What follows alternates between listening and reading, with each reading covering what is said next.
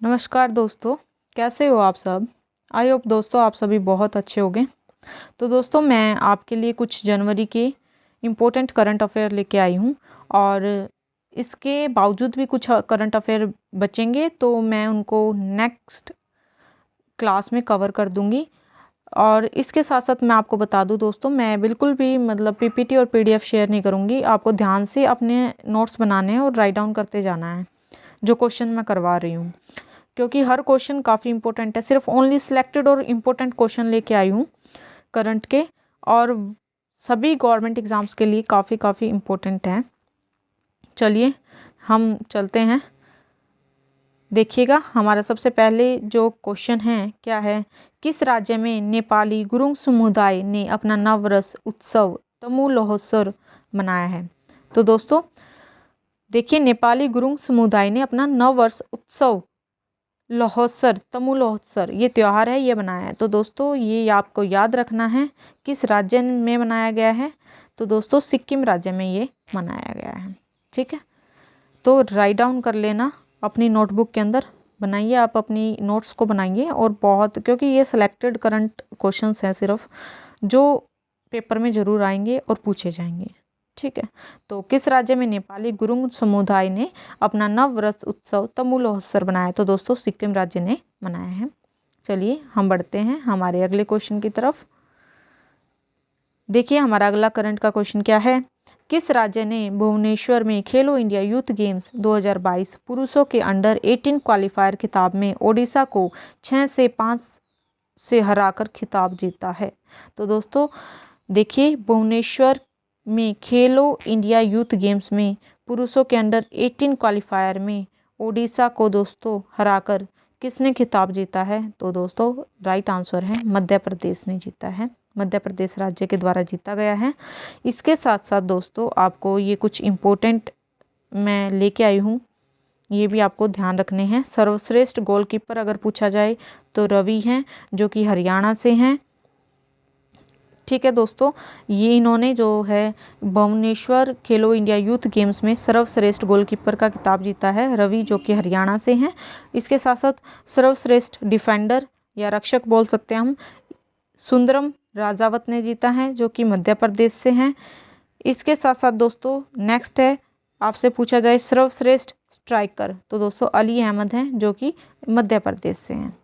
ठीक है दोस्तों, आपको समझ आ गया होगा कि खेलो इंडिया यूथ गेम्स 2022 पुरुष के अंडर जो 18 क्वालिफायर हुआ था उसमें उड़ीसा को हराकर मध्य प्रदेश टीम जो है जीती थी। चलिए हम बढ़ते हैं हमारे अगले क्वेश्चन की तरफ। देखिएगा हमारा अगला प्रश्न क्या है। देखिए, किस राज्य ने भुवनेश्वर में फाइनल में मध्य प्रदेश को 2-0 से हराकर खेलो इंडिया यूथ गेम्स 2022 महिला अंडर 18 क्वालिफायर जीता है। तो दोस्तों वो पुरुष अंडर 18 था, और अगला क्वेश्चन है हमारा महिला अंडर 18 क्वालिफायर जीता है। तो देखिए मध्य प्रदेश को हराकर दोस्तों हरियाणा की टीम ने महिला अंडर 18 क्वालिफायर जीता है। ये आपको याद रखना है, बहुत इंपॉर्टेंट क्वेश्चंस हैं सारे के सारे। इसमें भी आपको पता होना चाहिए, सर्वश्रेष्ठ गोलकीपर बनी है हमारी कविता, जो कि हरियाणा से है। सर्वश्रेष्ठ रक्षक बने हैं योगिता वर्मा, जो कि मध्य प्रदेश से हैं। सर्वश्रेष्ठ स्ट्राइकर भी याद रखनी है आपको, भूमिका साहू है, जो कि मध्य प्रदेश से हैं। ठीक है दोस्तों, ये आपको समझ आ गया होगा। ये सारे के सारे क्वेश्चन आपको नोट डाउन करने हैं अपनी नोटबुक के अंदर। चलिए हम बढ़ते हैं हमारे अगले क्वेश्चन की तरफ। देखिए हमारा अगला क्वेश्चन क्या है, बॉम्बे स्टॉक एक्सचेंज लिमिटेड के प्रबंधक निदेशक और मुख्य कार्यकारी अधिकारी के रूप में किसे नियुक्त किया गया है। तो दोस्तों बॉम्बे स्टॉक एक्सचेंज के आपको एमडी बताने हैं, एमडी, और पूछा गया है सीईओ के रूप में किसे नियुक्त किया गया है। तो दोस्तों याद रखिएगा, सुंदर रमन राममूर्ति को बॉम्बे स्टॉक एक्सचेंज के एमडी और सीईओ के रूप में नियुक्त किया गया है। वेरी मोस्ट इम्पोर्टेंट है, स्टार मार्क कर लीजिए इस करंट अफेयर को आप। चलिए हम बढ़ेंगे हमारे अगले करंट अफेयर की तरफ। सिर्फ वन लाइनर करंट अफेयर है दोस्तों, ये वन लाइनर इसलिए है ताकि आप क्वेश्चंस को नोट डाउन करो और आपको जल्दी याद हो जाए अपनी नोटबुक में। और ये चीज़ें जो है दोस्तों, हर करंट अफेयर बहुत इंपॉर्टेंट है आपके गवर्नमेंट एग्ज़ाम्स के लिए।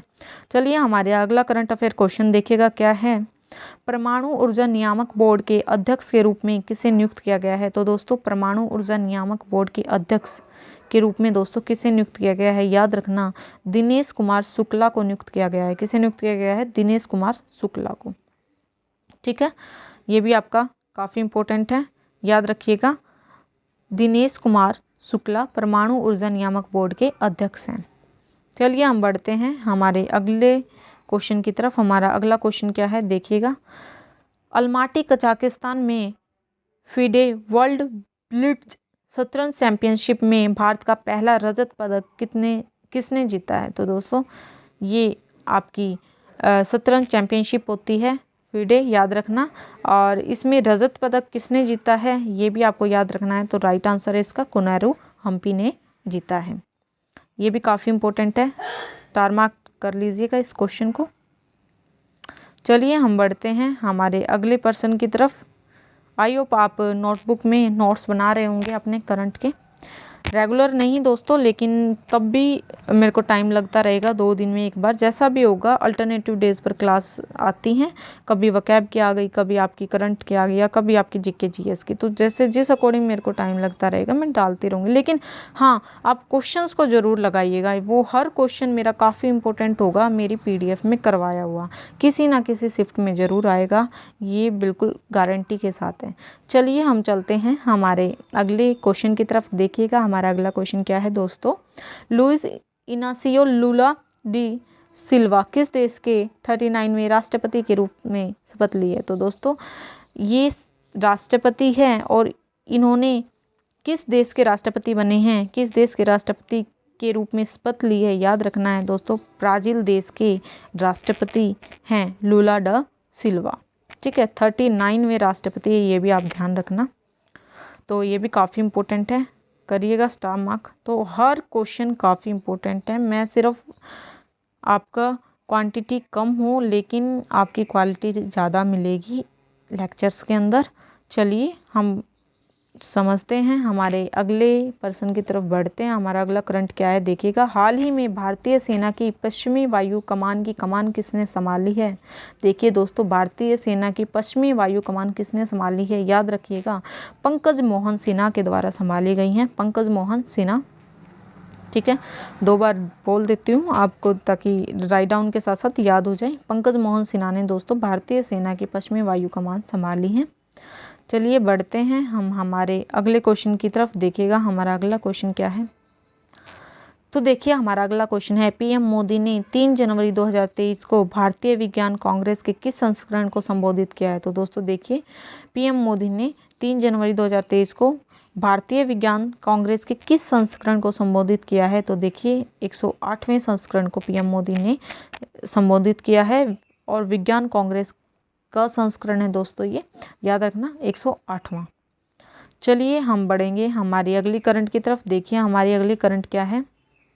वर्ष 2023 को डैश के अंतर्राष्ट्रीय रूप में मनाया जा रहा है? तो दोस्तों देखिए जो है अंतर्राष्ट्रीय रूप में वर्ष 2023 को मनाया जा रहा है, याद रखना अपना, बाजरा को अंतर्राष्ट्रीय रूप में मनाया जा रहा है वर्ष 2023 के अंदर। ठीक है, ये इम्पोर्टेंट है, याद रखना। ठीक है, चलिए हम बढ़ते हैं हमारे अगले क्वेश्चन की तरफ। हमारा अगला क्वेश्चन क्या है देखिएगा। तो हमारा अगला क्वेश्चन है दोस्तों, राष्ट्रीय हरित हाइड्रोजन मिशन के तहत ग्रीन हाइड्रोजन ट्रांजिशन प्रोग्राम के लिए रणनीतिक हस्तक्षेप के लिए कितनी राशि स्वीकृत की गई है? राष्ट्रीय हरित हाइड्रोजन मिशन के तहत दोस्तों ग्रीन हाइड्रोजन ट्रांजिशन प्रोग्राम के लिए राजनीतिक हस्तक्षेप के लिए कितनी राशि? तो दोस्तों देखिए कितनी राशि दी गई है, याद रखना है आपको, 17,490 करोड़ रुपए दिए गए हैं राष्ट्रीय हरित हाइड्रोजन मिशन के तहत। किस चीज़ के लिए दिए गए हैं ये भी याद रखना है, ग्रीन हाइड्रोजन ट्रांजिशन प्रोग्राम के लिए। आई होप क्लियर हो गया होगा दोस्तों आपको ये।